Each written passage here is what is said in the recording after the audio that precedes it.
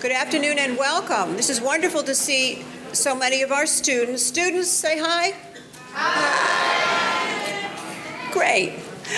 My name is Diane Call. I have the privilege of serving as the interim president of Queensborough, and I welcome you to our fall 2011 presidential lecture series. And this is a very distinguished process that we have. Since 2000, we've had 2 lectures a year, and we celebrate the incredible talent and accomplishments of the faculty and the alumni of CUNY in the fall, and in the spring, we celebrate our own faculty members. So I hope you'll be back for the spring event as well. The lecture series, as you know, is open. Of course, we welcome our community members, our faculty, our students, our staff. It's a wonderful opportunity, as we say, to think about things. We don't always get a chance to reflect, but this is important. And we do have many students here today. I appreciate those of you who have taken the time to come here. I'm very proud of a couple of groups in particular. I'm proud of all my students, but the mock trial team, we have been very successful.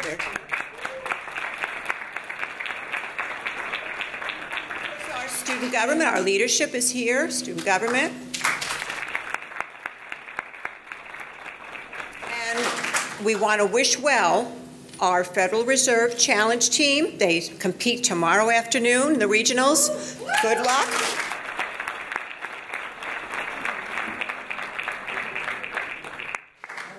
I'd like to thank our Presidential Lecture Committee, Dr. Karen Steele, Dr. Sasan Karimi, who has been a lecturer in this series, Dr. Mark Van Els, and Dr. Amy Traver. Thank you all. I'd also like to say a very special thank you to Mark Kupferberg, who's chair of our foundation, because he really was very helpful and instrumental in this arrangement, which is wonderful, and I thank you very much, Mark.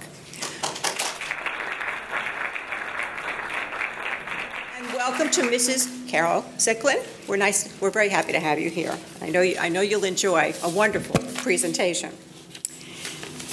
Mr. Zicklin has been successful in a number of sectors, certainly in business, in all kinds of ways of investing in higher education.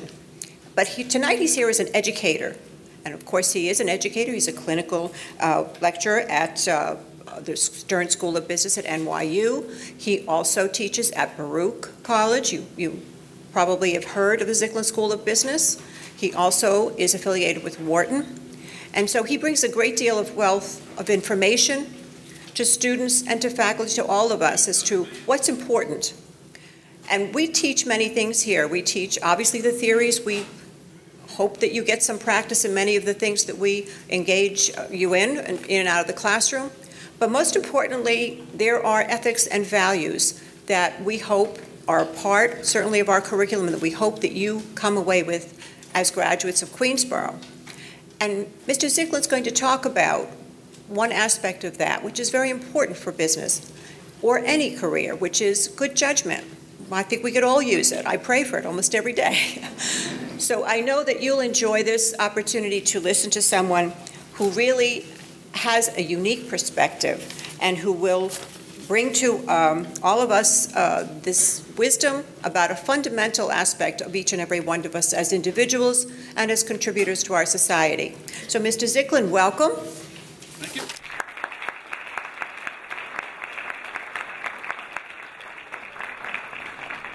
Thank you very much. As I was coming here, and I was given a ride, and I came here with 32 seconds to spare, I thought to myself, it's not much different than when I went to college.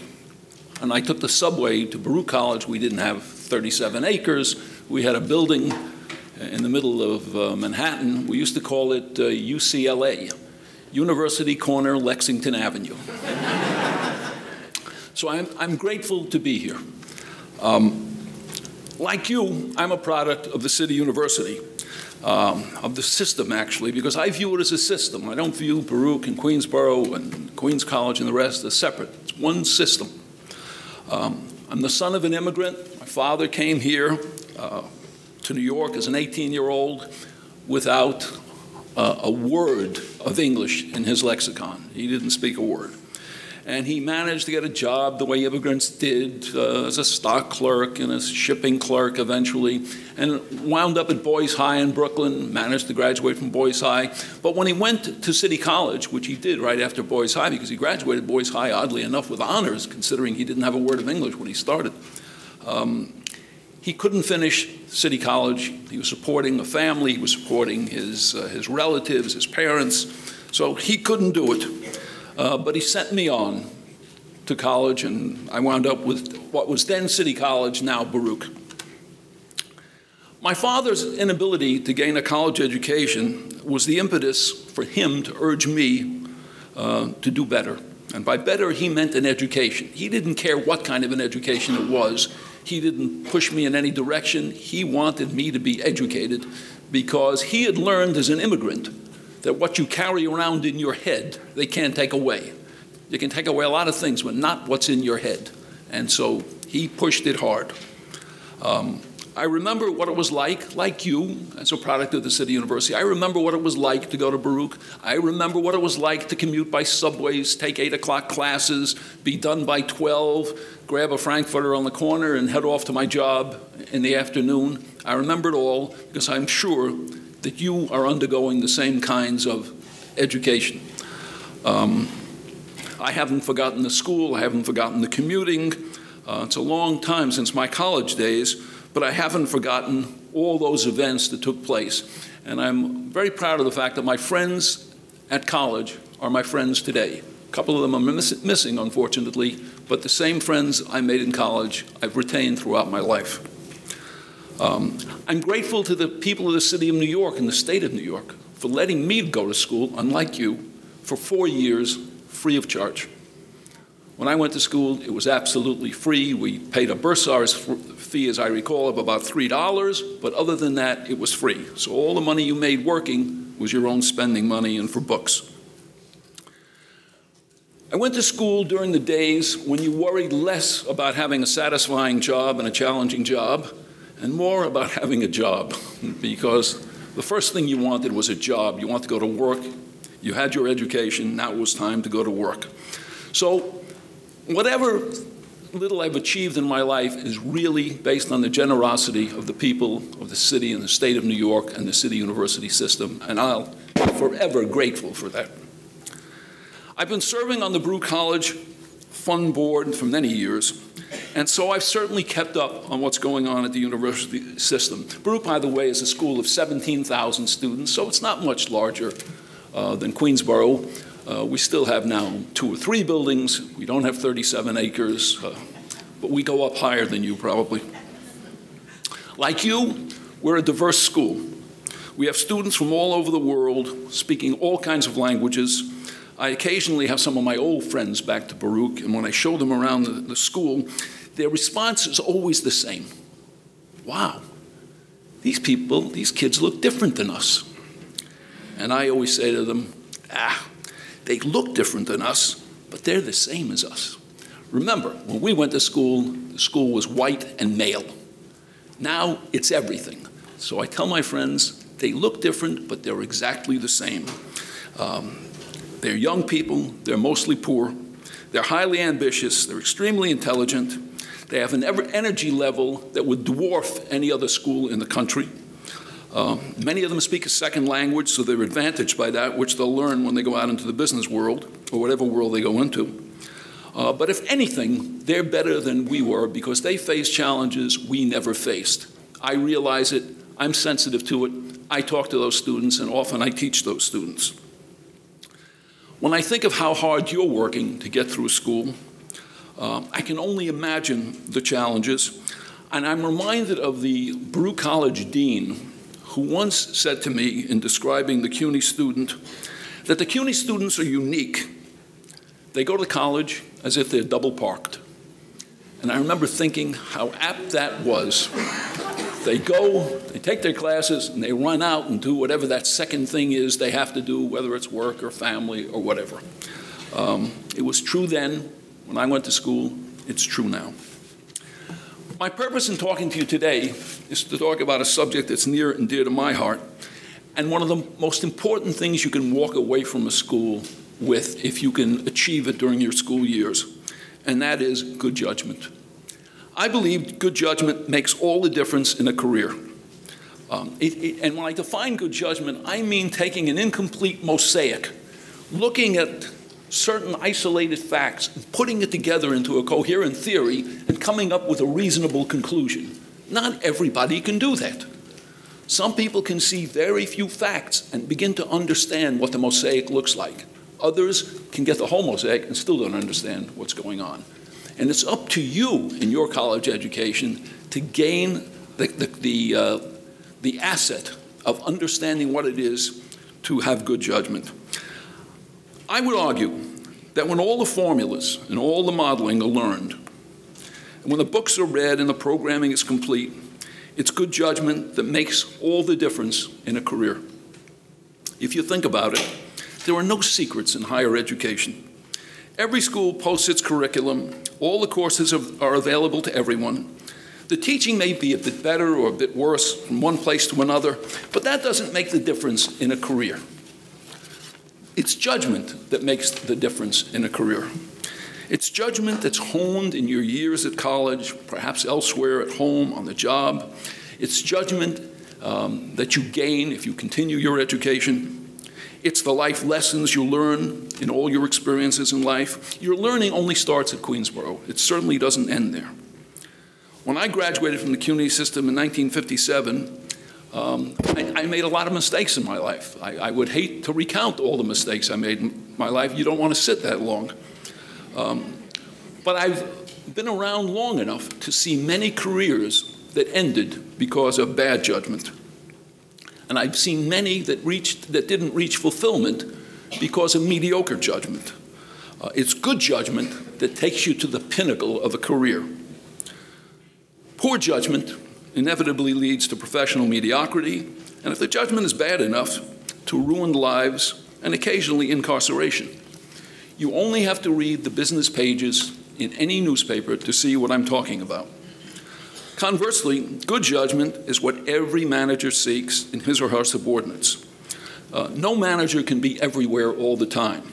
You need people who you work with, you need colleagues who you work with who have some wisdom, who exercise that wisdom, and don't require constant supervision. That trait is worth a premium in the market, and any good manager would pay for it. I used to say, if I could only surround myself with good people, my mediocrity wouldn't show. I just need people that are good enough. The other thing I would tell my associates, hiring people of good character is cost efficient. You want people of good character so you never have to worry about them. We'll talk about that in a moment. And I've hired a great many people over the years, and I've made plenty of mistakes in that regard, but I never made a mistake when I hired people of good character. When I compromised on that, believe me, I paid for it. There are people in this world who seem attractive, who you learn in the long run are radioactive. Those people you have to keep out of your life. And sometimes it's seductive to put them around you for one reason or another. They seem attractive. In the long run, they burn you. And so you've got to learn who are the people that are radioactive, who are the people of good character with good judgment. And I'm afraid that takes judgment on your part. But in your years at school, you have the ability to hone that judgment, because the price for being wrong is a small price. The price for being wrong when you're in a position of authority can be very great, both to you and to your firm. But to learn the skill of good judgment,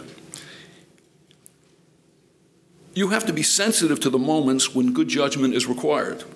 And you have to exercise your talents in both the classroom and in the work environment to profit from that experience.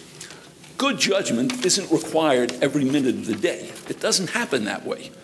But when it happens, when that moment occurs, you have to be there. It's like opportunity. Opportunity doesn't knock all the time, but when it knocks, you better hear it. And we're going to talk about that in a minute or two. I teach both finance and business ethics at the graduate level, where I often quote the words of two authors, Noel Tichy and Warren Bennis, who wrote the following: if there's good judgment, little else matters. If there's poor judgment, nothing else matters. And if you learn that, you've learned a whole lot. Unfortunately, I learned it a little late in life. I could have used it a little earlier. So, permit me to leave the theory, and I want to talk about some practical aspects of this, and to share some aspects of good, bad, poor judgment. We'll see which is which. And I want to begin with what I consider bad judgment.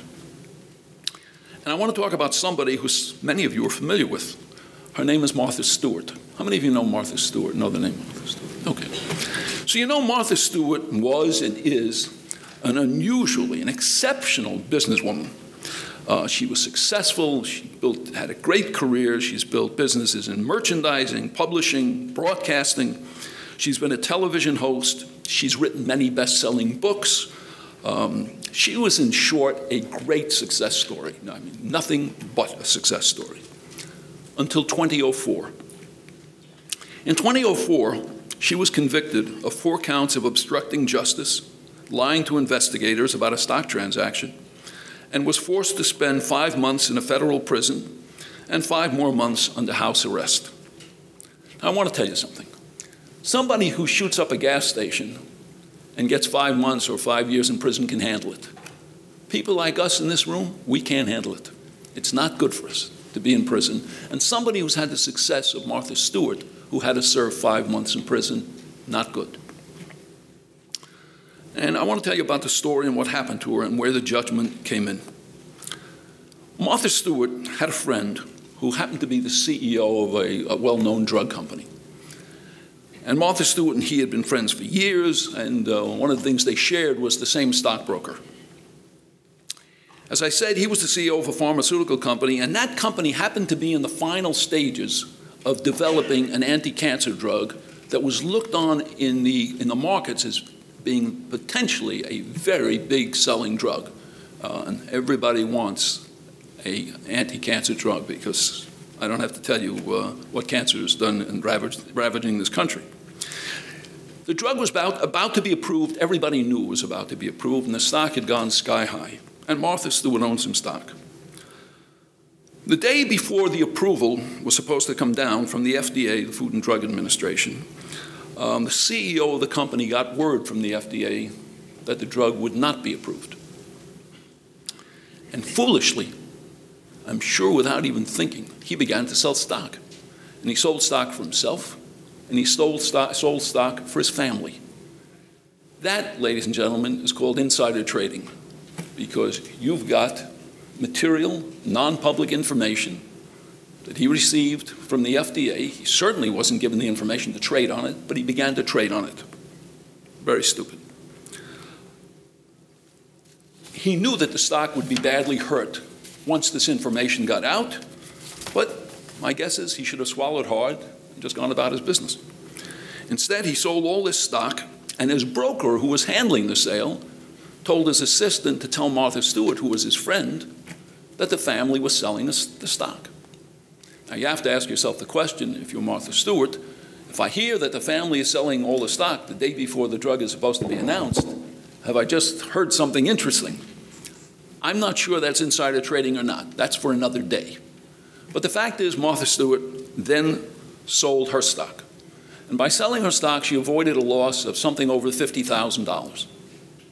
Now, this is at a time when Martha Stewart was worth $500 million, $750 million, something like that.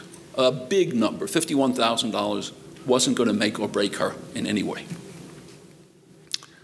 Well, the facts are she sold the stock. That we know. Now, the rest I'm going to have to surmise because we don't quite know it. I believe that without thinking, Martha Stewart sold the stock because she never considered the implications of what she was doing. Martha Stewart was once a broker. She knew the rules about insider trading, but she still sold the stock. The next day, the information was released by the FDA. The stock plummeted. And of course, the FDA and the stock exchange did what it always did on occasions like this.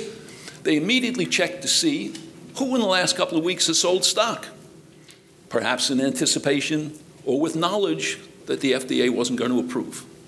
And they came upon the founder of the company, the CEO, and they came upon Martha Stewart. They interviewed Martha Stewart, and when confronted by the regulators, Martha Stewart could have done the simple thing. She could have said, let me tell you what happened. I got a call. I didn't think. I sold the stock. I made a mistake. I'm sorry. What do you want me to do?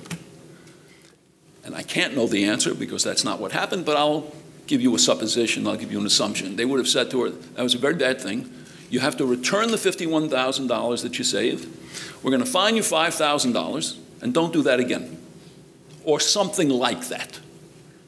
Instead, a story was concocted. And the story was that I had an order in, I had talked to my broker, we had agreed if the stock got below 60, we would sell the stock. Can you show me where that order was? They asked the broker. Well, we did talk about it. Is there an order? Because no broker would handle an order like that in his head. You put it in the computer, because sometimes brokers go on vacation, they go to the restrooms, they walk out to have lunch. You can't be there every minute of every day watching the stock. But none of that happened. They couldn't find an order in the system. Martha Stewart was tried, convicted. The judge didn't buy her argument, and off she went to prison. For no reason. There was no reason why Martha Stewart had to go to prison. Not only did it affect her, it affected her stock, her company. Omni was her company. It was her. There was a company without her, but a very little company without her. She was the face of the company. Everything was built around her. So the stock plummeted in the company, and all the shareholders suffered. Eventually, the stock got down to $2 or $3 a share from about 40, as I recall, or 50. 35 to a little over 3. So all the shareholders suffer, in addition to Martha Stewart, because she couldn't admit that she'd made a mistake. She had to concoct this story.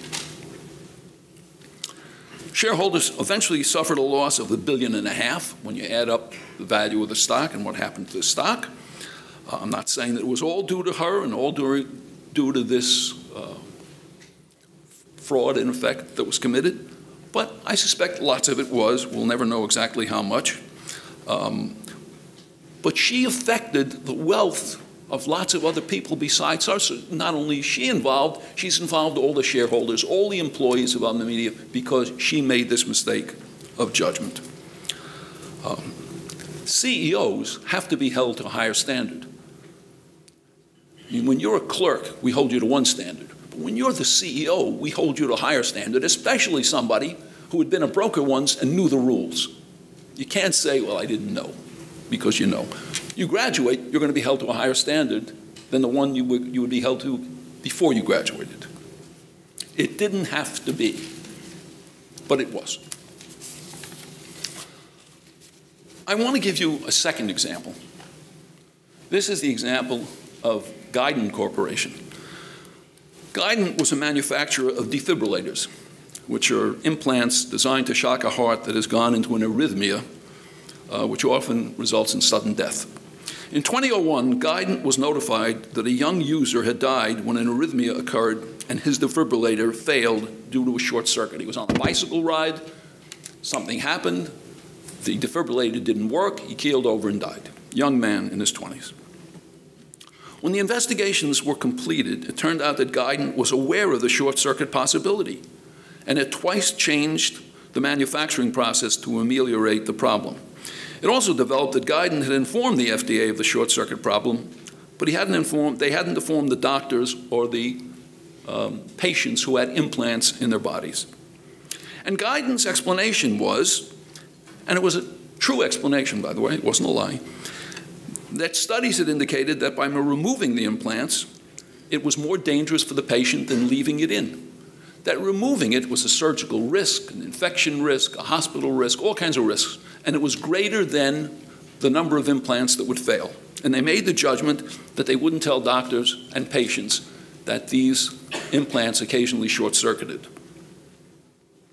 They also argued that the company was concerned with the health of patients, and publicizing the problem might have led to worse consequences, including constant psychological problems, as all the patients would worry about these implants and would they work when there was an arrhythmia.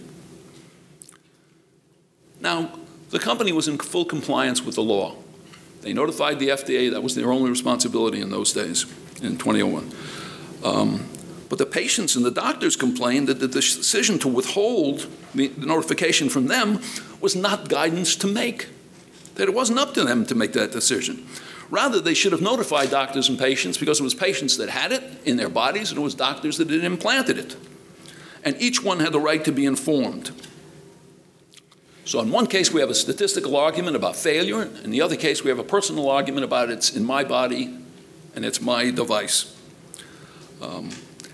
In addition, it turned out that while this was going on, Guidant was in discussion with Johnson & Johnson, who wanted to acquire them. So now they had a real conflict of interest, because if this were made public, the company was obviously worth less, and Guidant obviously had responsibilities to shareholders, so they were conflicted, and that was pointed out. In the end, Guidant was not as forthcoming with additional information as they should have been. They were eventually charged with making false and misleading statements on reports to the FDA and for failing to promptly notify the FDA of a device correction. In addition, it was demonstrated that the changes, quote, were not being done to correct design flaws, but were rather done to improve processes throughout, which the judge decided was the main advantage to the company. And by withholding this information, they were advantaging the company and disadvantaging the patients and doctors, surgeons. And they were accused of misrepresenting this information. Lots of suits. Eventually, they settled the lawsuits, and they paid out $296 million in fines and penalties, accepted 3 years probation. At that point, it was the largest criminal penalty for any device manufacturer in the United States. And here's another example of just bad judgment. What gave Guidant the right to determine whether a patient should have knowledge of a problem with a device? Because they made the statistical argument that they were better off, so they didn't tell the surgeon who implanted it or the patient who had it implanted. When you look back now, it was an act of absolute hubris, of arrogance. But they did it, and of course they paid the price, and it was reflected at some point in the price of the stock, which is a whole different story. But there's two examples of, in my estimation, bad judgment. I want to take you to a third one right now, but this one I want you to be involved in, rather than me tell you the story. I'm going to tell you about it, and then I'd like to hear your judgment. I want to take you back to 1977. I heard about this story, or I read about this story for the first time once in the New York Times, and I want to share it with you. In 1977, the Merck pharmaceutical company, which you now know as Merck, was completing final trials on a veterinary drug. It came to be known as ivermectin, but it was a veterinary drug, and they were about to hear from the FDA. They were confident that they would get approval, but you never can be sure, as I explained originally. The drug was submitted, trials were held, and they thought they could cure a disease in cattle that was plaguing some of the people that raised these cattle. And they hoped it would be a very large-selling drug because they thought it had application in a number of areas.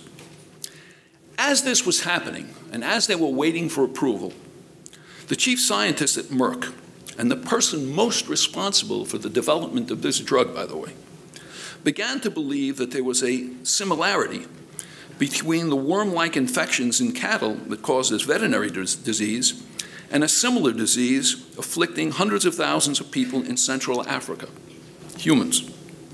It was a long shot, but the scientist decided to ask for a substantial research allocation so that his team might pursue an investigation into the possibility that the veterinary drug could be altered in some way and make it effective against this dread human disease, which, as I say, was taking place in Africa.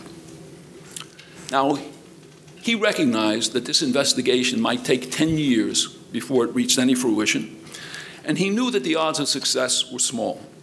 But the chances were better than it might be for a completely new study, as they had already made so much progress in the veterinary drug. And he also understood that these were very poor countries with little or no medical infrastructure, which would make the testing of a possible new drug, called a clinical study if you've ever been part of it, very difficult. Finally, in the event that the research was successful, and again it was a long shot, someone would have to figure out how the company could be paid for the millions of dollars it would have to spend to do the research, especially since this disease was limited to only a few countries, all poor countries, all in Africa, no application in the United States where Merck was. And then finally, he understood that even if they found a drug, how were they going to distribute it? The medical infrastructure was limited. How would you get this drug out to the people? How would you test for side effects? How would you know if it was efficacious, if it worked? And so he saw all the problems, but he was a scientist and he wanted to pursue it. And he went to the company and asked for research allocation. I probably should tell you a little bit more about River's disease because there's no reason why you should have heard of it. River blindness, which is what we call it, was a disease that occurs when a black fly of a certain species bites a human and injects a larvae into the human being. It then takes about a year before the larvae develops into mature adult worms, which then produce millions of tiny worms called microfilari, which invade, they crawl through the skin, and they ultimately wind up in the eyes, where they often cause permanent blindness. They're also responsible for itching so intense that it often leads to suicide. I tell you all this because I want you to know how awful the disease is, how prevalent it is in these particular African countries. In the mid-70s, a total of 18 million people were infected, of whom more than 6.5 million suffered from severe itching. 270,000 were blind, 500,000 were visually impaired, and it was becoming a greater and greater danger as the years went on. So now you have all the facts. I want to put you in the position of the head of research at Merck. His name happened to be Roy Vagelos, Dr. Roy Vagelos. Dr. Vagelos was bombarded with more research requests than he had funds. It was his job to allocate the resources in the best interest of Merck and Company. Having said this, I want to put you in that position of Dr. Vagelos and tell me how you would respond if your research team came to you to make this request and you knew all the facts that I've just given you about this disease and about this drug.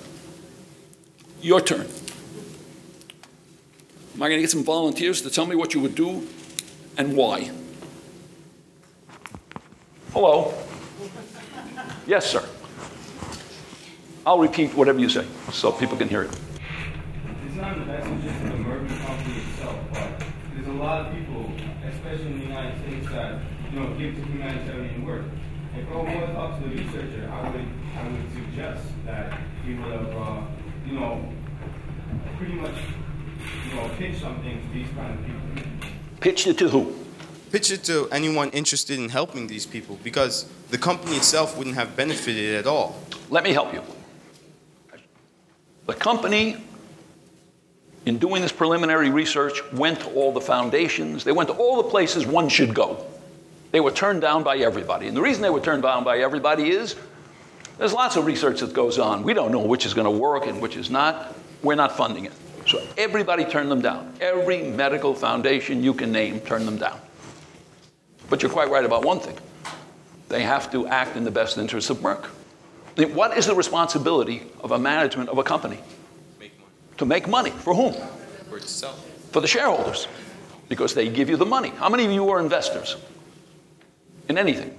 Mutual fund, anything. And how many of you do it for humanitarian reasons as opposed to... I already have my answer. Okay, I don't need any more. All right. What are you going to do? You're Roy Vagelos. Sir. If you do spend a large amount, you could help the company by advertising it and saying how wonderful the company is, that it's engaging in this altruistic endeavor. You can help the company by advertising that I'm engaging in this. Let's try that out for a second. Publicity. Let's try that out. I'm a company in a profit-making enterprise like Merck, and I decide to do a bunch of these things, and I tell my shareholders, along with everybody else, that we're engaged in this because we're trying to help humanity. What happens to my stock? It doesn't go up because most people invest to make money. If they want to give to charity, they know how to do it. Ma'am. I think, based on what you just said, I think that they should have declined wanting to do that experimentation and waited until the drug became approved, and when it gained some, I guess, some experience on the veterinary market and success with the drug, then after they could have probably diverse and introduced that research. So I should, if the drug gets introduced to the veterinary market, which it was, by the way, I should use, in effect, the profits of that drug to fund the research in this drug? Yes. Why? Why shouldn't I use, I'm being a little provocative, but why should I not use the profits of that drug to fund a drug in cardiology that might solve a heart disease problem? That's a good question. But yeah, I'm good at questions. I'm bad at answers. Let me get somebody in the back first, and then I'll come right back. Following what you're saying, is there any way where the company can invest in the drug that's, on the research that's most profitable, and then do like a charity donation to get the tax rate? I assure you, the research, if you invested in this drug, the research dollars that you spend, which would be in the millions, would be tax deductible. But if you did an investigation into an oncology drug to treat some cancer, that's also tax deductible. And the difference is, if you get success here, you make some money. And if you have success here, who's going to pay you?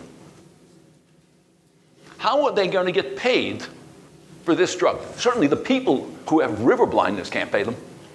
There's no money there.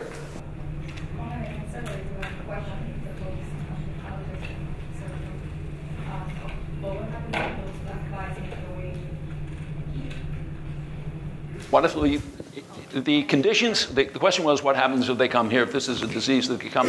It's not coming here because of the conditions in these countries versus here. It actually doesn't exist. I shouldn't say it doesn't exist. It almost doesn't exist anywhere in the world except there. There's a couple of places in Central America, but by and large, it's confined to this area of Central Africa. It's not coming, I mean, you never could say never, but it's not coming here. Other things come here. Yes, sir. If it was my position, I would deny the funds allocated to the scientists because it's not in the best interest of the company. It might be immoral because I'm preventing the health of another human, but what's more of a priority in my eyes? Gentleman says priority has to be the company, research. I've spent my career in Wall Street. You're ready to come with us. Yes, ma'am. Actually, it's, like you said, it is an issue of morals. Which is the moral thing to do, which is the immoral thing to do.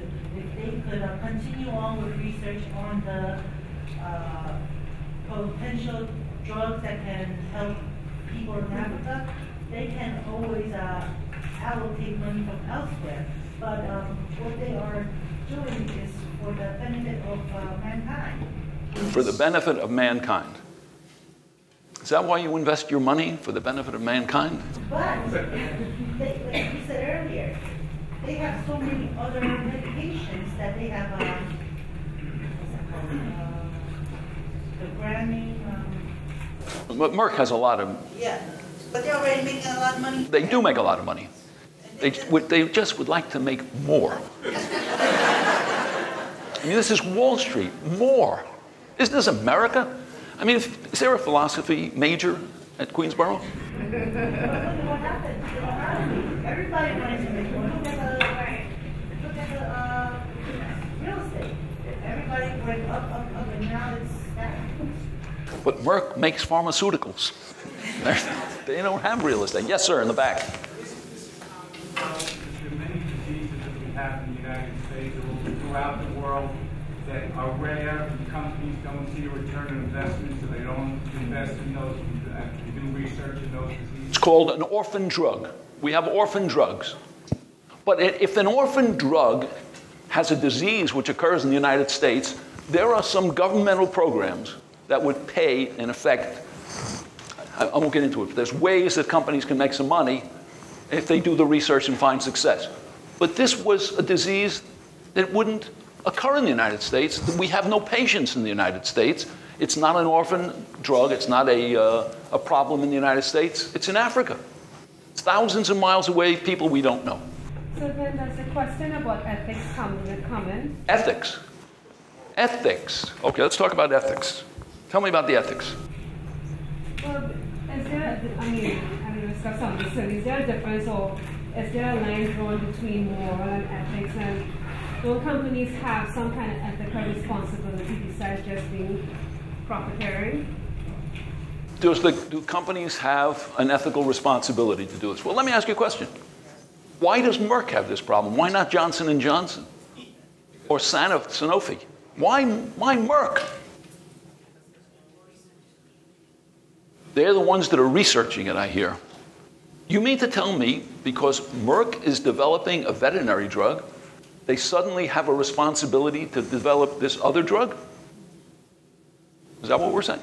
Because they've been successful in creating a veterinary drug, or we hope they've been successful in creating a veterinary drug, they now have a responsibility to develop a human drug against river blindness for a disease thousands of miles away in another country?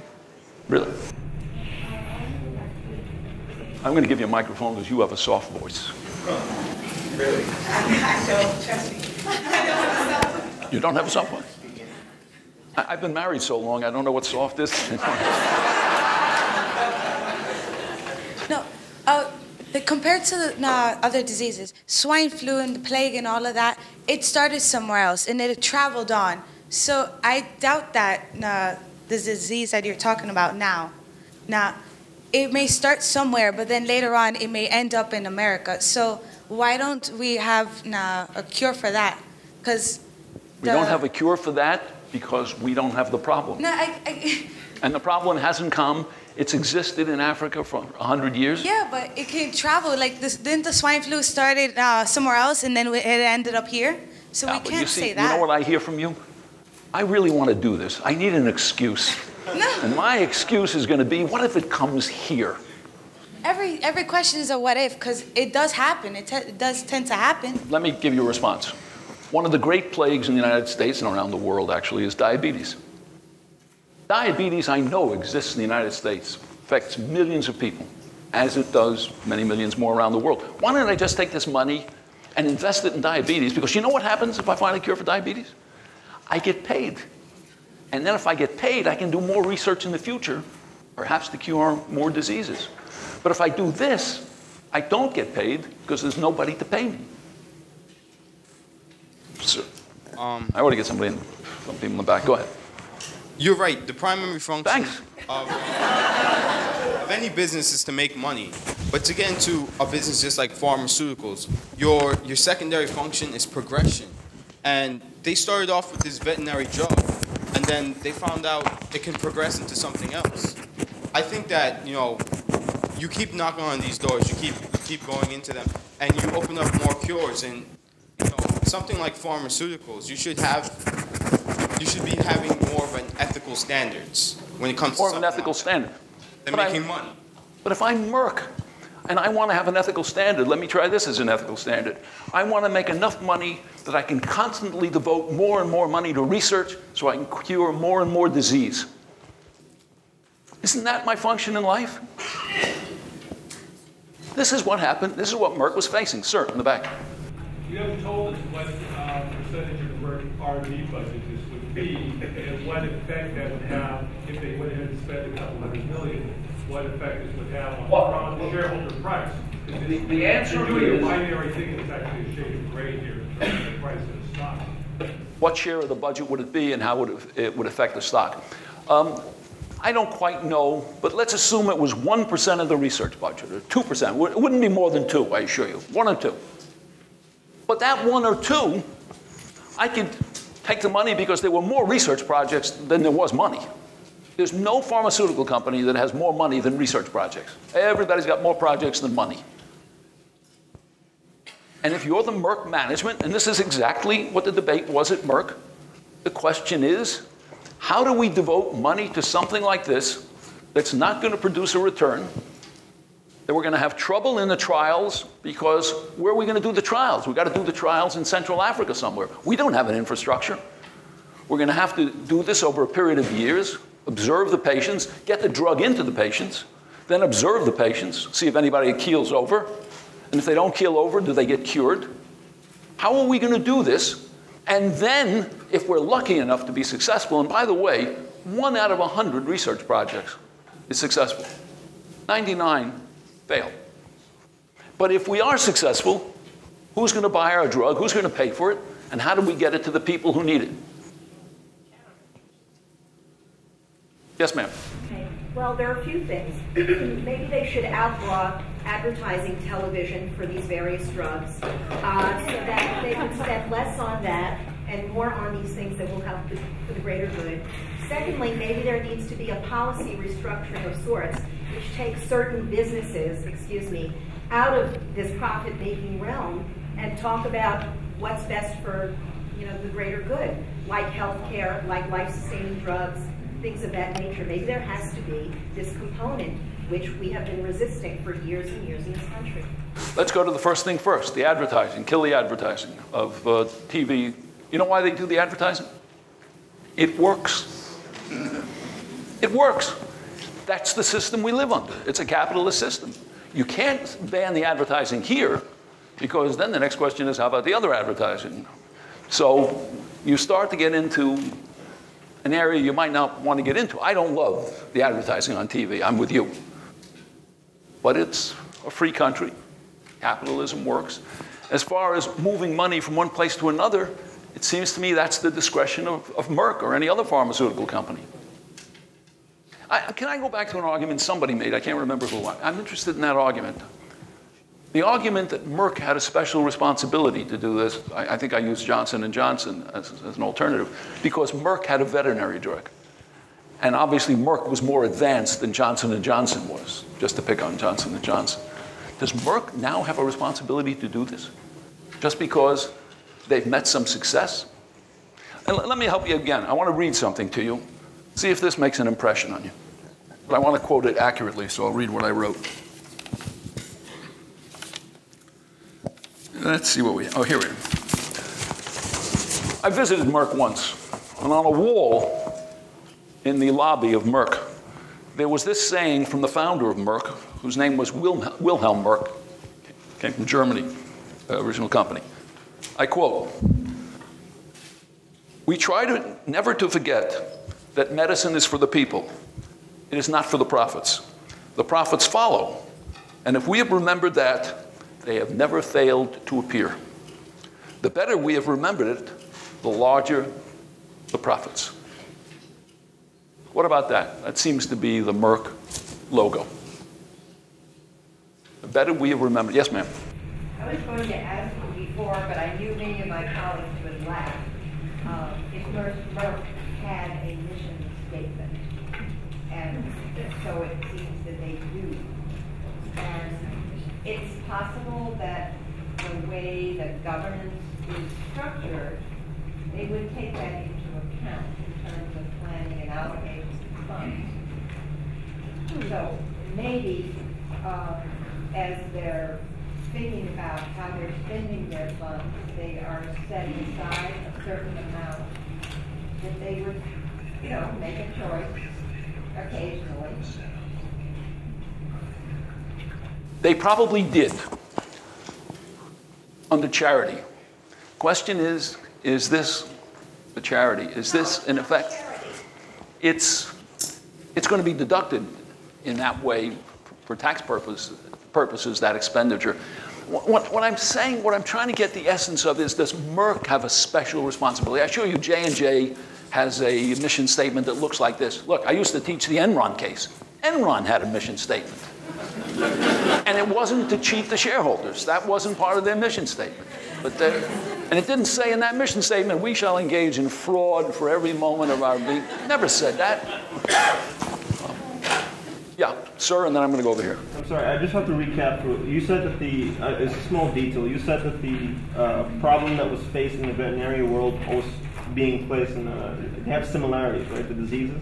The scientist said that he saw some similarities. Okay, so why, if the scientists saw the similarities, let's say there were different strains and a different strain of bacteria or viruses in the disease, why can't the scientists use the research found in Niger to then apply to the veterinary drug, and then they could recoup their profits that way. Well, let me help you a little. I'm going to give you a piece of information Merck management didn't have at the time, but let me give it to you. The veterinary drug gets approved. It becomes the largest selling veterinary drug in the world. Does that make a difference? Anybody think no? Because if somebody says no, we will have narrowed it down to yes and no, which gets close to an answer now. Why does that make a difference? Why isn't there just more money for research to research other drugs? Why this particular drug? I mean, you got a veterinary drug. Suppose it were a diabetes drug. You take the money that you make on the diabetes drug and you go and investigate cardiology, some disease, who knows what. Why does the money get restricted to this? I'm trying to call on different people as I see different hands. I mean, that was the problem Merck met. Let me ask you a question. If you had this problem, would you share it with your board of directors? Is a board entitled to know? All right, I'm going to help you a little bit. We had a video that they told me worked. I want to show you a video, and then we'll talk about it some more. It's a very short video, but I want to show it.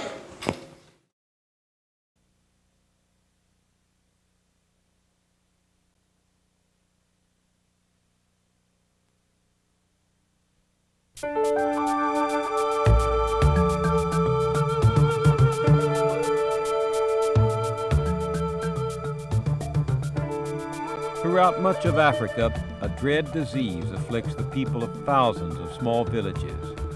Here in Mali, they call it Mara, river blindness.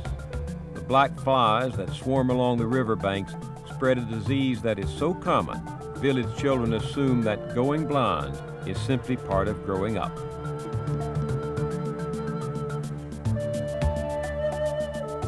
There was no safe and effective treatment. But in 1978, scientists at Merck & Company, a major pharmaceutical firm in New Jersey, saw hope of developing a new medicine for river blindness. But to develop a new drug can take more than a decade and cost tens of millions of dollars. If Merck did find an effective drug, could it ever recoup its investment? Roy Vagelos was then head of research and very familiar with river blindness. Because the symptoms of the disease are rather awful. And even the immediate symptoms are tremendous itching. You know, the parasite lives in a nodule or a lump under the skin, and they produce these tiny little worms which crawl through the skin, and they go through the entire body, concentrating in certain areas, and they end up in the eye. Scientists had long known the cause of river blindness, but Bill Campbell, a Merck scientist, was the first to realize that a Merck animal drug, if modified, just might combat this disease. It was very much a gamble that it would work. It was very much a gamble that it would work without doing harm. And clearly the gamble had to be taken. Scientists are eager to pursue such leads, but Merck's management had to balance what was scientifically promising with what might be successful in the marketplace. In most instances, when we come up with a disease that we're going to develop a drug for, it may be important in the third world, but it also has a population in the developed world that can afford it, and the two sort of carry each other. But in this instance, there are very few people anywhere in the world who could afford this drug.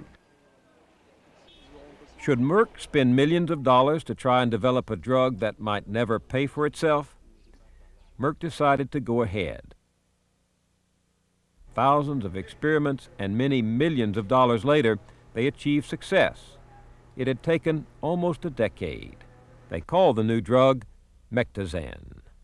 There was almost a magical type of drug where one dose by mouth would not only kill the things on the inside, but insects biting on the outside. It was incredible. Throughout the years of development, Merck still hoped to recover at least some of its investment.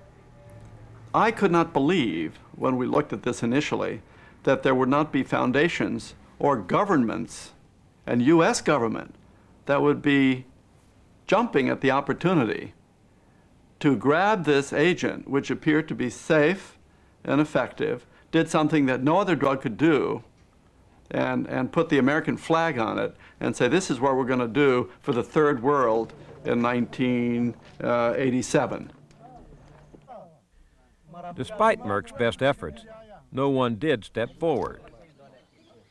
Finally, Merck decided simply to give the drug away. Yes, I thought initially that giving the drug away would sort of solve the problem, because I didn't realize how difficult it would be to deliver even a free drug. Where do these patients live? They live in the bush. They live in the remotest parts of Africa, Central and South America, and there are no pharmacies, there are no doctors. The distribution was going to be extremely difficult. So Merck took an unprecedented step. It established a committee of world-class scientists to work with governments and private organizations to help them distribute the drug, country by country, village by village. When patients take the drug, the itching stops. If you start early enough, then you have no blindness at all. And the objective is to start treating children. And then there will be no river blindness. And Merck has committed itself to distributing the drug to all programs forever. Who knows what long-term benefits Mectizan may bring to Merck? After World War II, Merck brought cheap supplies of streptomycin to Japan, which was then being ravaged by tuberculosis. Dr. Vagelos believes it's no coincidence that Merck is now the largest American drug company doing business in Japan.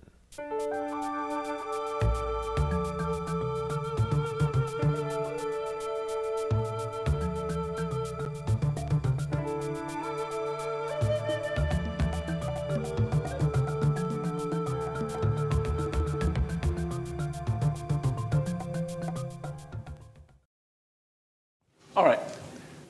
This is an example to me of brilliant judgment, of real judgment. I could give you 20 reasons why Merck shouldn't have done this.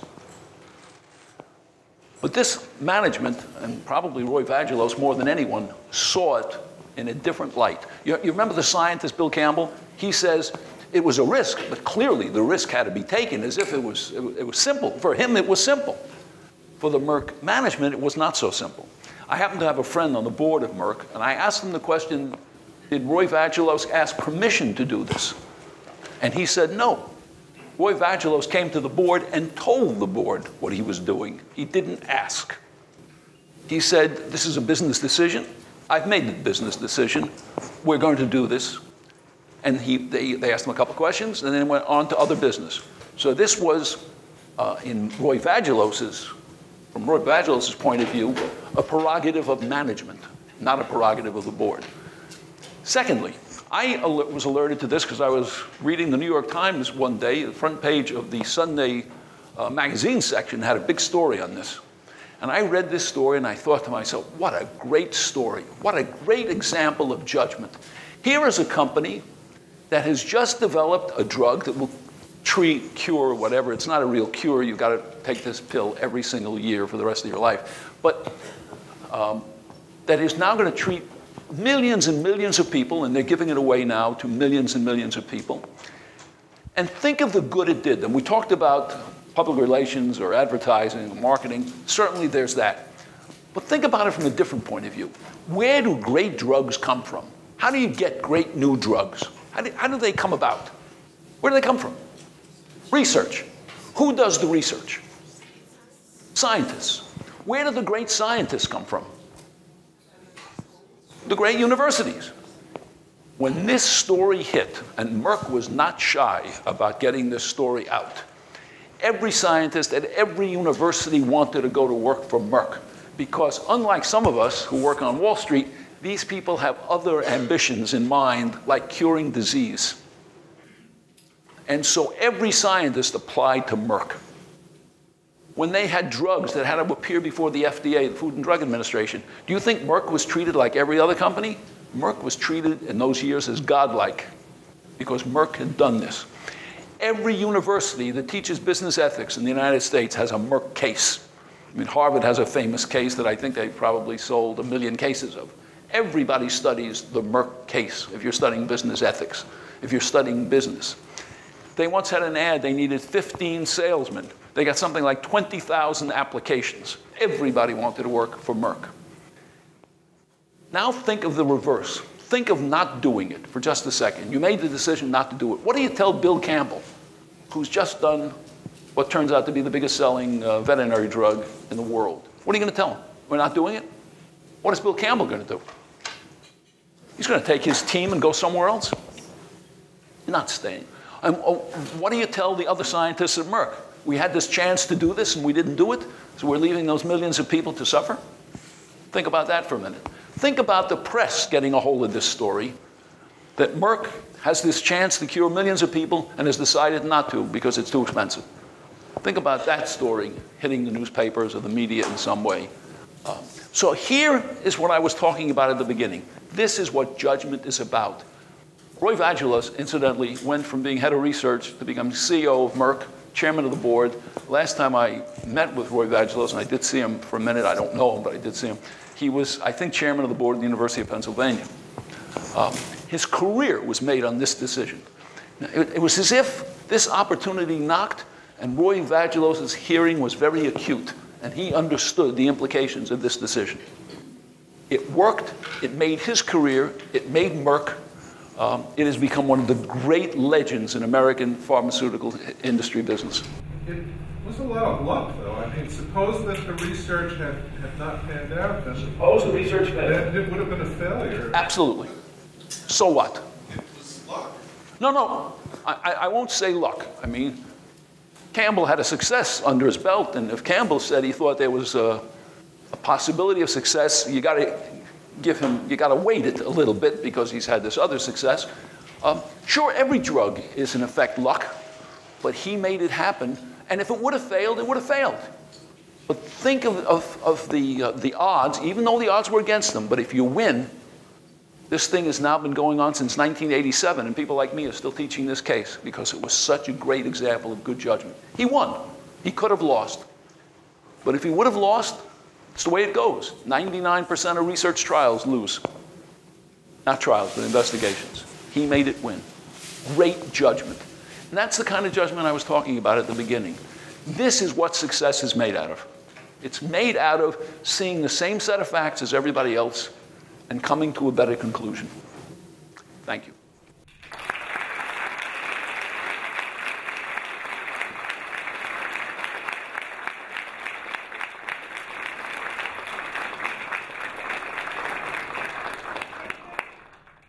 You were obviously very successful. There are 2 exits to this room when you held them. That's pretty good.